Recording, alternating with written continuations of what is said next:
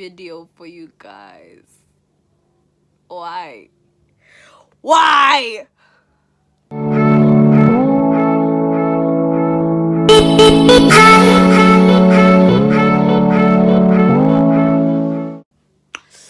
Ooh, came through for the crew, that's you. What it do, ooh boo. What's up? Find me in the club with your honey. That's up. Drop it low. Yeah. Hi guys, what it do, baby boo, that's you. Okay, I gotta stop it. What it do, guys? Welcome back to the crew. I am the crew, me alone, but welcome back. I hope you guys are doing good. And if my videos resonate well with your soul, your spirit, your energy, and everything that you're about, please like and subscribe. And thank you for watching my video. Today I will be talking about a topic that's really close to my heart. But before I get into it, I know previously I had said I'm actually going to do a video on how to do a passion twist. What I had meant in the previous video was my next hair video will be on how to do a passion twist. So I'm back here with another chat, and we will be discussing body dysmorphia. So this is something I have struggled with for a very, very long time. I'm still struggling with it. And this is a quick disclaimer. I'm not here to tell you guys what to do. I'm not here to tell you how you should deal with your problems and your issues or anything that you might be facing, or if you're going through the same thing. I'm not here to tell you this is 1, 2, 3 and this is how it should be. No, I'm just here to share my experience and hopefully touch somebody's heart, hopefully get through to somebody and just share a message of light, because I'm all about love and light. These vocals, oh my gosh. I don't know why I don't have a record deal yet, because ambitious. What are the other record labels? Ambitious and other stuff. Sign a girl. Okay, so first and foremost, what is body dysmorphia? Body dysmorphia is a mental condition where somebody obsesses or fixates over a perceived flaw that some might actually see as minor. Well, that is to my understanding. And body dysmorphia basically affects your life drastically, because it affects your relationships and how you carry yourself, how you see yourself. Because literally, when you have body dysmorphia disorder, you spend so much time obsessing over your flaw, trying to fix your flaw, trying to conceal your flaw, to a point where you actually avoid social interactions, to a point where you hide yourself from the world. You basically detach from life, or detach from any situations where you have to be around people where you feel like they're going to take note of the flaw that you have, or see this flaw. I don't know if I'm making sense, but that is what body dysmorphia is to my understanding. And body dysmorphia, like I said, it varies with people. I'm not going to say everybody's going to have the same symptoms. I'm not going to say everybody goes through the same struggle. But if you ever feel like you have symptoms of body dysmorphia, I will post a picture with the symptoms that we find online of body dysmorphia. But if you ever feel like you're being obsessive over a specific flaw, or you feel like you might have body dysmorphia, my best advice would be to actually consult a GP, where they'll be able to ask you questions, and from those questions guide you. And sometimes your body dysmorphia can be so severe that you actually have to go to therapy and receive antidepressant. Okay guys, so let's get into the video. Now that I've told you what body dysmorphia is, well, my understanding of body dysmorphia, I can now tell you my experience with it. So basically guys, I realized I had body dysmorphia in first year. This was after a breakdown I had, and I was just doing some reflection, and I was just thinking to myself, like, what the hell is going on? And it just, like, it hit me. Like, I had an epiphany. No, man, you've had this for, like, a long time, and this isn't how it should be, you know what I mean? And when I think about it, I've had the same feelings since high school. I've had the same feelings since primary school. And this just shows you how much body dysmorphia can actually grow with you.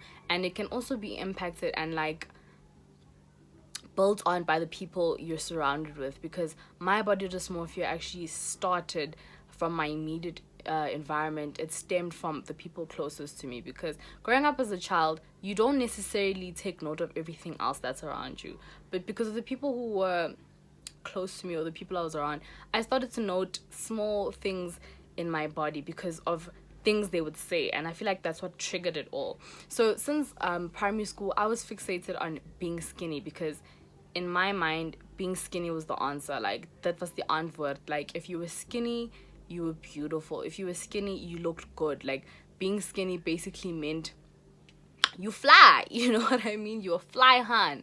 And that's messed up, because now that I think about it, when you're in primary school, you're still a child. Your body's going through changes. You haven't even like gone through puberty, but already you're feeling a certain way. Already you're taking note that certain body shapes are nice, or this is the body that you need to have to be nice, instead of actually just focusing on being a happy child.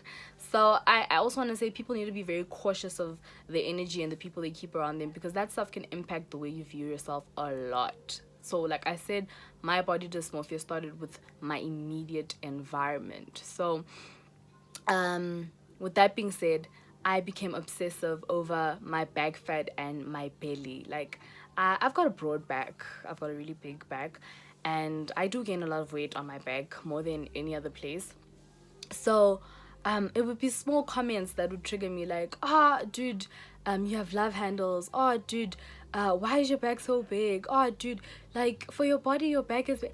And like, this stuff, at first it didn't bother me, but then I would go home, even after school, I'd go home and I'd start thinking, oh, so my peers are also noticing the same stuff that the people in my home surroundings are noticing. Clearly, this is a problem. Clearly, this is not how I'm supposed to look. Clearly, this is disgusting, you know? But to a point where I felt ugly, I felt disgusted with my body, and I'd have mental breakdowns. Like, I'd literally just like be so affected to a point where I don't want to do anything. Like, I detach myself from the world completely because of all of this. And I tried to block it out for a long time. Like, I blocked it out in high school, I mean in primary school, where I would just like try be happy, not focus on my body. But every time I was alone, that's when it would hit me. Like, when I was alone, all I would do was look at myself in the mirror, ask myself questions like, why am I not like the other kids? Why is my stomach big? Why am I not like my sisters? Or, you know, things like that. Like, I just really ask myself odd questions, and I'm like, what, 10, 11? My body is still a baby's body, but there I am questioning myself about my body. So I feel like already that should have been a red flag. But I mean, I was a child and I didn't know anything. Okay, so I'm gonna fast forward to varsity. You know what I mean? Here I am in varsity. I'm exposed to so many different people. I'm exposed to like people of different sizes, different shapes, you know what I mean, ethnicities, nationalities. Everything is just so different in varsity. But then again, here I was still feeling ugly because of the fact that I wasn't skinny. And then I met people, you know, I met individuals that again intensified these feelings that I had towards myself. So like, one thing that's big on me, like I said, please be very careful of the people you keep in your life. Be careful of the friends, the relationships, the acquaintances you have. If somebody goes out their way to constantly remind you that there's something wrong with you, then there's something wrong with them, and you need to cut out those people. But I feel like I hadn't noted that in my first year. You know, I just felt like everything was a vibe. So like I said, fast forward to varsity. Here I am in my first here I am in my first year. I still feel the same sentiments. I still feel ugly. I'm obsessing over this every day, but I'm not trying to show it, you know. I'm trying to continue like normal with my life, acting like I'm confident, I'm happy. But when I'm alone, this is when everything just happens. I literally break down. I would start like drawing the dream body I have. I would start doing funny things. Like, it got to a point where I was adapting funny eating disorders. Let me not say funny, unhealthy eating disorders. It got to a point where I was literally starving myself in the hopes that I will obtain this dream body that I want, or obtain this perfect body, like the way I'm supposed to be, the way everybody's supposed to be in my head. I was going on fad diets, like I said. I adapted unhealthy working out routines. Like, I was working out obsessively, but then again, I was unhappy. So even now, I'm losing the weight and I'm unhappy, and that's when it's sparked to me. There's so much more work that you have to do when you're struggling with body dysmorphia, and that's why I say consult a GP and go to a therapist if needs be. Unfortunately, at that time, I didn't take it as seriously, and I kind of worked through this entire thing on my own. There was a day this year where I finally sat down to myself and I asked myself, like, why do you do this to yourself? Why do you feel the way that you feel? And why does it mean so much to you to be skinny? You know, because I wanted to understand where everything came from. And I feel like through just asking myself these questions, through reflection, introspection, I was able to actually understand where the problem stemmed from and understand that we're all built differently. We all created differently as individuals. And I'm a firm believer that our differences make us unique. Our differences make us beautiful. So I don't know if I'm making sense, but I just believe everything that differentiates you from the next person is what makes you so beautiful. And when I started writing those things down and I started understanding that I'm not supposed to be like everybody else, is when I was able to actually start the journey towards recovering, start the journey towards becoming better, start the journey towards being more happy with myself, you know? My throat is getting dry. I had to hydrate. And that helped me a lot because that was the first step I needed to do. The first step basically for me was introspection. Alright, guys, so basically, after my introspection and reflection, I was able to take the necessary steps to guide myself and get myself into a better mindset because everything starts within the mind. And I just want to say, guys, before I further on this video, you're not expected to change overnight. Like, change isn't expected to happen in one day, and I want you guys to take it easy on yourselves and just learn yourself, learn what hurts you, learn what bothers you, just learn the things that trigger you. And I love hearing phrases like we move, but more than anything, don't just move, work on the issue, work on being in a better and a clearer mindset, work on being happy from the inside, work on your mental health, because just moving could involve you just working out and not being okay.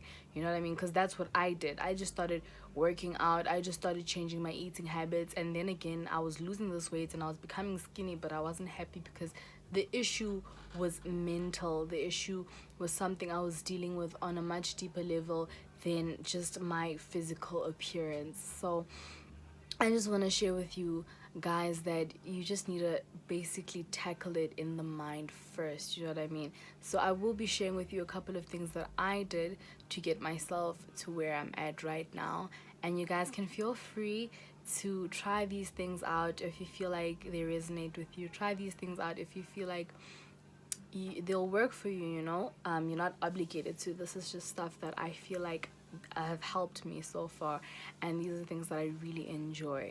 Okay, guys, so number one for me, and I feel like the most important part of my journey, has been journaling. Journaling has helped me through a lot of things I've been dealing with, not just my body dysmorphia, but journaling has helped me actually learn to express myself in a more less confrontational way, less aggressive way. Through journaling, I've been able to just channel my emotions and just put everything I need into perspective, and it's helped me even deal with situations and deal with real life interactions with people around me, because I feel like before I was very passive aggressive and I was just in your face, you know what I mean? So journaling has helped me with not only my body dysmorphia, but how I actually have relationships with people. So journaling, I usually just write down my reasons for this journey that I'm going on, my reasons for working out, why I'm working out, why do I feel like working out is the solution for me. I literally question every decision that I'm making so I can make sense of it. I know this might not make sense to anybody, but sometimes you need to actually ask yourself the question as to, why am I working out? Am I working out because the next person is working out? Am I working out because I see social media honeys working out? Am I working out because this is something I feel would be beneficial for me? Am I working out because this is all about me? It's centered towards me and not obtaining a look that I feel like I'm seeing everywhere, and that is how I need to be. You know what I mean? Because that's one thing I had to drill into my mind. I had to remind myself that this is about me. This is about my journey. This is about me finding my own form of happiness, right? After journaling, I started actually looking up healthy, diets that didn't involve cutting out anything, or healthy ways to lose weight. I started actually doing research on that, doing research on the food that we eat and how it impacts us. Because, like I said before, I adapted unhealthy eating patterns where I was literally cutting out a certain specific food group, to the point where I was starving myself. Like, guys, yo, yeah, ne, like it was hectic over there. But like literally, like I would eat meat and maybe a carrot. I would eat like meat and a carrot. And now that I think about it, like wow, I was putting myself through the most. You know what I mean? Um, so literally, I started doing research on healthy eating options and stuff like that. And from there, I actually learned through my working out journey, I'm not gonna starve myself. I'm not gonna deprive myself of food. If I feel like ice cream, I'm gonna have ice cream. If I feel like donuts, I'm gonna have donuts. Like, literally, so far I've been eating everything that I like. I've been continuing to have my healthy relationship with food, and literally not starving myself, but still getting to where I want to be. And one thing you also need to learn is not to be hard on yourself, because when I was working out before, I'd just be so angry. Like, I'd be like, what the hell? Like, I just did 20 sit-ups. Where them abs at? Like, where they at? You know? I would ask myself, like, Aibo, I'm not eating, so why is the stomach still there? You know? So I feel like now that I'm in a healthier space, I literally, I'm learning my body, I'm understanding my body, I'm taking it easy on myself. Even gaining weight while still exercising to me is not even a problem, because I learned actually sometimes you gain weight because you're gaining muscle. This is stuff I didn't take note of before, because I was just so fixated, like I said, on being skinny. Like, skinny was everything. So now that I've learned and I've done research on exercising, I've done research on the process of losing weight, and I've done research on healthy eating habits and patterns, I'm able to enjoy food. I'm able to actually enjoy working out, because working out before was a problem. Like, I felt like, you know, like when you feel like something is like a burden, but you're doing it because you have to do it. That's how I felt. Like, I felt like exercise was this burden, or this, it was just dropped on my shoulders, and I had to do it because, I mean, it was the answer. But now it's something that I do because I enjoy doing. It's something that I do because it's fun. It gets my mind off other things, you know. So for me, it's been journaling so far. Journaling, doing research on healthy eating habits, eating the things that I like, working out because I want to work out, you know what I mean. And with all of that, I also learned to have affirmations. So I started creating affirmations for myself. I started writing little sticky notes where I would remind myself of how great I am. Like, it got to a point where I even had a little jar where I would put in positive notes. I would put in little reminders of who I am, little reminders of how far I've come, little reminders of things that make me happy. So that whenever I felt like I was going back into that state of sadness, or I was going back towards obsessing over my obsession over being skinny, I would just read those notes, and they would just make me feel better. Like, have affirmations like, you are amazing. Remind yourself why you're doing this. You're doing this for yourself, not anybody else. Like, just simple things like that really, really helped me through this. And then talking, guys, like, you don't have to talk to other people, but like, this really did help me. And shout out to the friends that I have currently. Shout out to my family, especially my mom, because I've been able to actually vocalize the issues I'm having. I've been able to talk about these things, and I learned through talking about them. I was able to pick up where the unhealthy stuff was. I was able to pick up where I was going wrong. I was able to just note that now that I'm actually hearing myself say the things that I'm thinking, they're not actually really right. You know what I mean?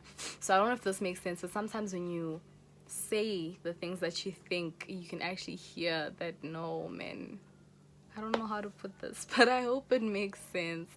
So I hope that this will be insightful. I hope that if you do try these tips, they will help you guys. But most importantly, remember one thing, guys. You guys are all amazing.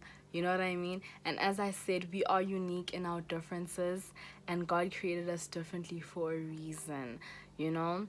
And if you ever feel like you're not enough, if you ever feel like you're not sufficient, I just want to let you know you're more than enough. You know, you are you because that's how it's supposed to be. And you should never feel less than, you should never doubt yourself, because you have a purpose in life. You know, your life is purposeful. So just get out there, continue to be amazing, and continue to take it easy on yourself, because every day, like I said, is a journey. Every day is a lifelong lesson. And just be you, do you, boo. That's what's important, and live life to the fullest. Like, I feel like my body dysmorphia prevented me from enjoying life. Like, I missed out on so many things because I was always so worried about my back and my tummy, and if I was not skinny. Like, I really, there are times where I wish like that wasn't a major factor in my life, but here I am now, and I'm working on it.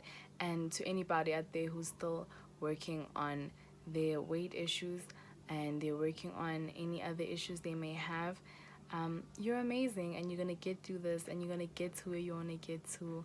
And don't rush yourself, you know.